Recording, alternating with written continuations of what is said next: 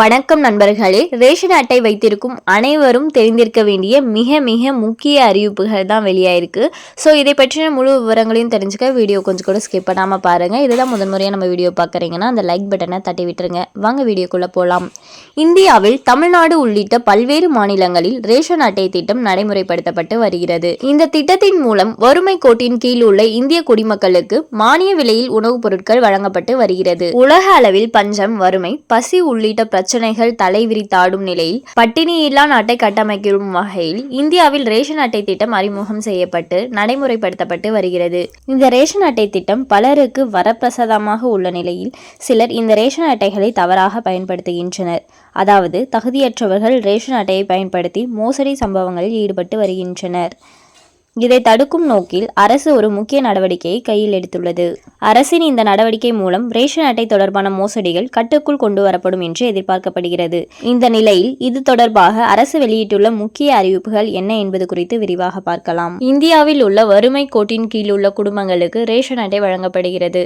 இந்த ரேஷன் அட்டை மூலம் மானிய விலையில் அரிசி, பருப்பு, எண்ணெய், கோதுமை உள்ளிட்ட உணவுப் பொருட்கள் வழங்கப்பட்டு வருகின்றன.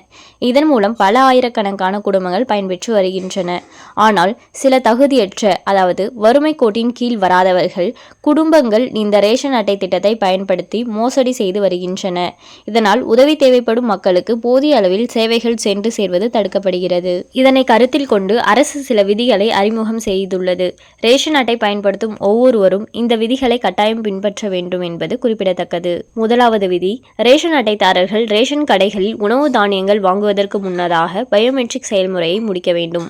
இரண்டாவது, ஒவ்வொரு முறை ரேஷன் கடையில் பொருட்களை வாங்கும் போதும் உணவு தானிய சீட்டை பெறுவது முக்கியமாகும். மூன்றாவது, பொதுமக்கள் தங்கள் ரேஷன் அட்டையின் வகைகளை பொறுத்து KYC சரிபார்ப்பது கட்டாயமாகும். நான்காவது, ரேஷன் அட்டையை பயன்படுத்தும் பொதுமக்கள் தங்களது ஆதார் எண் மற்றும் மொபைல் எண்ணை ரேஷன் அட்டையுடன் இணைக்க வேண்டும். ஐந்தாவது, மேலும் ஒரு குடும்பத்தில் உள்ள அனைவரின் பயோமெட்ரிக் விவரங்களும் ரேஷன் அட்டையில் பதிவு செய்யப்பட வேண்டும். ரேஷன் அட்டையை பயன்படுத்தும் ஒவ்வொரு இந்திய குடிமக்களும் கட்டாயம் இந்த மேற்குறிப்பிட்ட விதிகளை பின்பற்ற வேண்டும். ஒருவேளை ரேஷன் அட்டைதாரர்கள் இந்த நடைமுறைகளை பின்பற்றவில்லை என்றால் ரேஷன் அட்டை ரத்து செய்யப்படும் அபாயம் உள்ளது. தற்போது போலி ரேஷன் அட்டைகளை கண்டறியும் பணியில் அரசு தீவிரம் காட்டி வரும் நிலையில் மேற்குறிப்பிட்ட நடைமுறைகளை பின்பற்றாத ரேஷன் அட்டைகள் போலியானவை என கணக்கிடப்பட்டு அவை ரத்து செய்யப்படும் அபாயம் உள்ளது குறிப்பிடத்தக்கது. ஸோ யாரெல்லாம் இந்த 5 வகையான விதிமுறைகளை பார்த்தீங்கன்னா பின்பற்றாமல் இருக்கீங்களோ இதுக்கப்புறம் பின்பற்றுங்க. அப்போதான் பார்த்தீங்கன்னா ரேஷன் கடைகளில் நடக்கக்கூடிய மோசடிகளை தடுக்க முடியும். நிறைய பேர் பார்த்தீங்கன்னா நல்லா வசதி இருந்தும் அவங்க ரேஷன் பொருட்களை ஏமாற்றி வாங்கிட்டு தான் இருக்காங்க. இதனால் உண்மையாக பயன்பெற வேண்டிய ஏழை மக்களுக்கு பார்த்தீங்கன்னா இந்த பொருட்கள் கரெக்டாக போய் சேர்றதில்லை. மேலும் இந்த விதிமுறைகளை கடைபிடிக்காத ரேஷன் அட்டைதாரர்கள் ரத்து செய்யப்படவும் வாய்ப்பு உள்ளது அப்படின்ற மாதிரி சொல்லியிருக்காங்க. மேலும் இது போன்ற அரசாங்கம் சார்ந்த அனைத்து அப்டேட்களையும் உடனுக்குடனே தெரிஞ்சுக்கணும்னு நினச்சிங்கன்னா மறக்காம நம்ம சேனலை சப்ஸ்கிரைப் பண்ணி பக்கத்தில் இருக்க பெல் ஐகானை கிளிக் பண்ணி அதில் ஆளுங்கிற ஆப்ஷனை செட் பண்ணி வச்சுக்கோங்க.